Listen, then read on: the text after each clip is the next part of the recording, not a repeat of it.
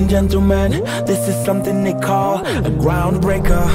So, this is the VW Amarok. Good name, isn't it? Real butch name. It is, to all intents and purposes, a pickup truck, ute, or just a truck in America, I believe. Now, this pickup truck thing has no back on it, so it has a tailboard sort of thing. But it is a crew cab, so you can put people in it as well. And I suppose if you were to start measuring it, it's the biggest one we have really on the market. Well, widest anyways, for sure. You can easily fit 3 people across the back seat. You could probably fit 3 people in the front seat if there was a third seat in the front. It is powered by a 2-litre 163 brake horsepower diesel engine. It's a bi-turbo, so there's turbo all the time, and there's torque in every range. And speaking of torque, it has 400 newton meters of it. When you go from basically 0, you get tons of torque, so it will tow. It can carry, I believe, a ton weight in the back up a 12% gradient. There are some natty features, and I'm going to show you some stuff around the back. So the rear of it is where the business end is, and this is really a business vehicle. You'll find a big tailboard here. You got some steps and things you can climb up on, but you have a full tailboard, which is quite heavy, but it's sort of unique in a way because you can put 2 pallets in here. It will take a pallet between the 2 wheel arches, a full Euro pallet. It has tie downs all around, and it actually has a 12-volt power supply as well. But the thing is, should you really need to, you can actually put a pallet there and a pallet here. Okay, so it can hang out over the end. That's quite a good feature. That's pretty rare. Usually these things won't hold much weight at all. Now, one feature I did find a little bit surprising is I don't see a way of locking this tailboard shut.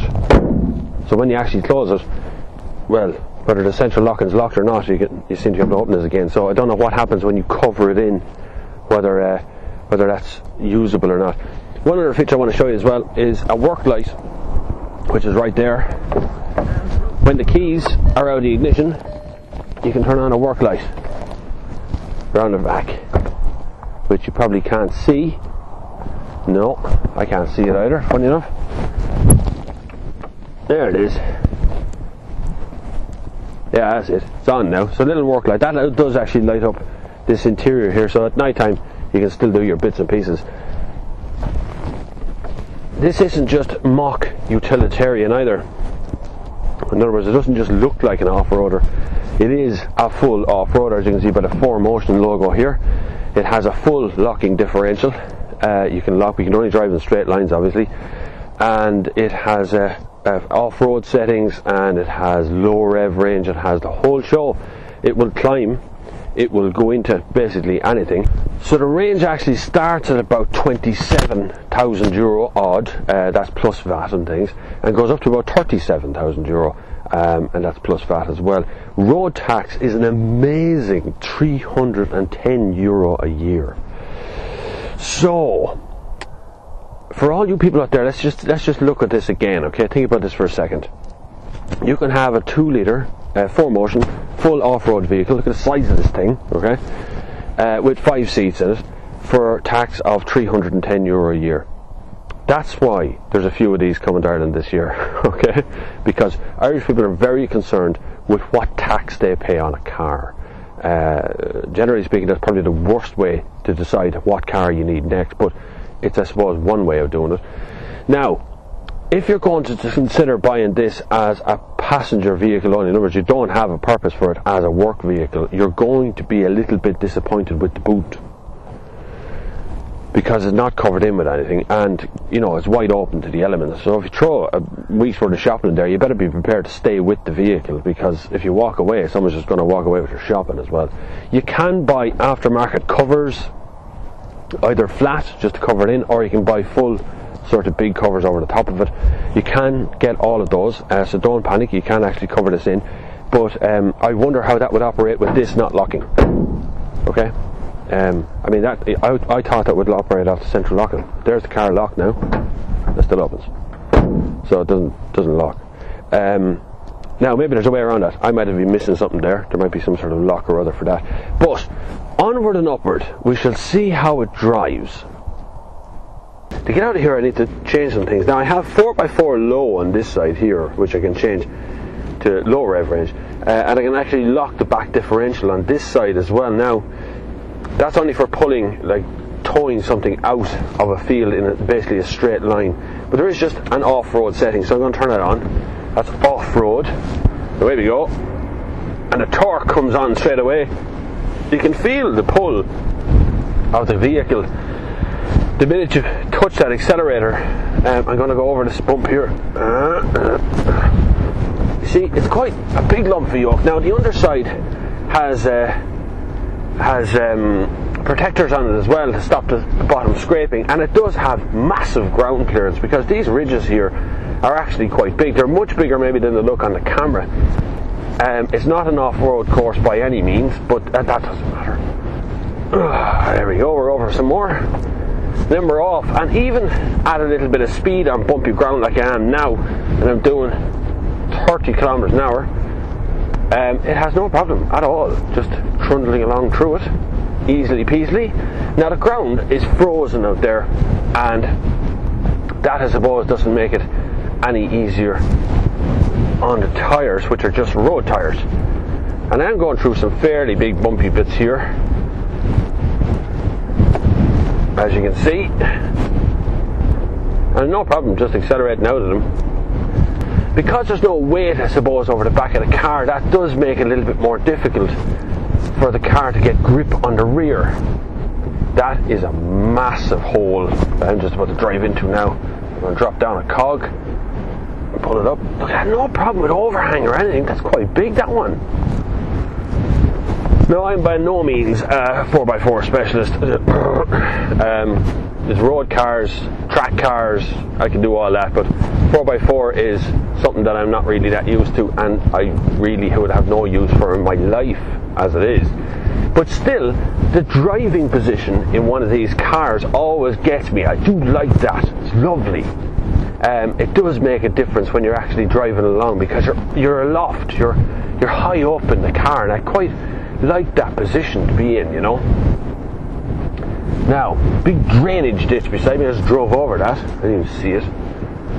See, that's what I mean. I'm not really a 4x4 kind of person. I don't really do 4x4.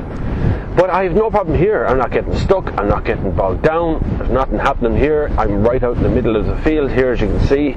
This one is unploughed, but we might be able to find a ploughed field during the day. This is a Highline one, and in this I get dual zone climate control, which is rocking on a day like today. I get alloys on the outside because they're quite cool looking. I do like the alloys, they're very nice. Where am I? There was a road at some point. I saw a road. But should we just keep driving till we see something? See, as you can see, you can keep going no matter what happens, no matter what obstacle appears in front of you. Just keep on trucking. It doesn't really matter. Yeah, we'll go up that way then. Lovely jubbly. Now, we have two Jesus handles because we might need them now. There we go.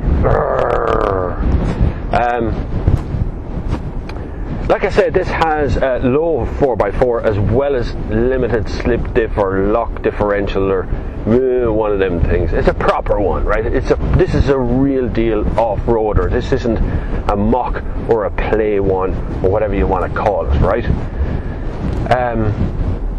The thing is that most of these cars, these real off-roaders, tend to be a bit rubbish on the road because their suspension is leaf in the back, which it is in this one as well. But the suspension is leaf for a purpose, because leaf suspension allows more torsion, more weight carrying ability, and it doesn't need any travel of a strut. It's complicated, I know, but that's really the way it is. That's why leaf is still used. I mean, leaf was used in horse and carts years ago, and it's still to this day used on horse and carts, but it's still used on trucks as well.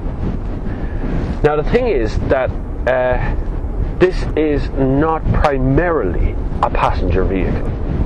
it actually does have probably the biggest headroom in the back, and certainly the biggest width. So what I mean by that is that you can fit 3 adults in the back, plus you can actually fit 2 child seats and an adult between them, and that's crucial in the passenger market vehicle. Now the thing about these kind of vehicles is that you won't get stuck anywhere no matter what you do. Rain, snow, sleet, mud, it doesn't really matter. And when you get back to a point where you don't need the 4x4 thing anymore, you just press a button and it goes off. Now I don't need to stop to do that, I just stop because I'm coming onto a junction of a road here. And you're out on the road. And off you go, no problem. But on the road, the Amarok has really good manners. Really good. Now it is a bit, because obviously there's no weight over the back wheels, okay? So, I mean there's just that lump of metal that you see on the outside, but that's not really weight. There's no glass or lumps or anything like back there. So sometimes going over a speed bump can make the rear of it bounce a little bit because it's so firm back there, because it's designed to carry, you know, a ton weight, literally, on a pallet at the back. But there's pulling power in every gear at every rev. And the beauty of that is that you get 400 Newton meters of torque from the get-go, basically, from the minute you put your foot down. As you can see, it's not louder in this cabin right now at 100 kilometers an hour than it would be in a passenger car. The beauty of this car is it's so big that I reckon if somebody ran into the back of it in traffic or something, I might not even notice. Or at least I'm so far away from the accident, nothing's going to happen anyway. It's the same at the front. The bonnet sticks out. I can see it going out for ages in front of me. And it's so wide, everybody gets out of my way. You will, on a motorway, there's no one going to drive in front of you. No one. Everyone gets out of your way because you're huge. You're much taller and wider than they are, and it looks very threatening. Even when you're not very close to them, it's so big that you look close. A work vehicle, whatever it costs, it has to make back. Okay, that's the whole point of work vehicle. If you're going to invest 27,000 euros in this, you have to be able to make 27,000 euros back out of it as well. That's the crucial bit. It has to be able to earn that money. And if you have a purpose for a vehicle like this, be it that you're a carpenter or an electrician or you're a farmer or whatever way it may be, I have a feeling that this thing will never let you down. It's one of those cars that will sit outside your front door, and whenever you want it, you just turn the key and you go up the mountain, or down the mountain, or just down to the shops. Or, if you want to take a drive down to the beach with the kids, throw the stuff in the back and away you go. It is an insanely capable car. And on the road, it's by far and away one of the most comfortable I've been in a long, long time. And it's actually, you know, more comfortable than some 5-door hatchbacks I've been driving as well.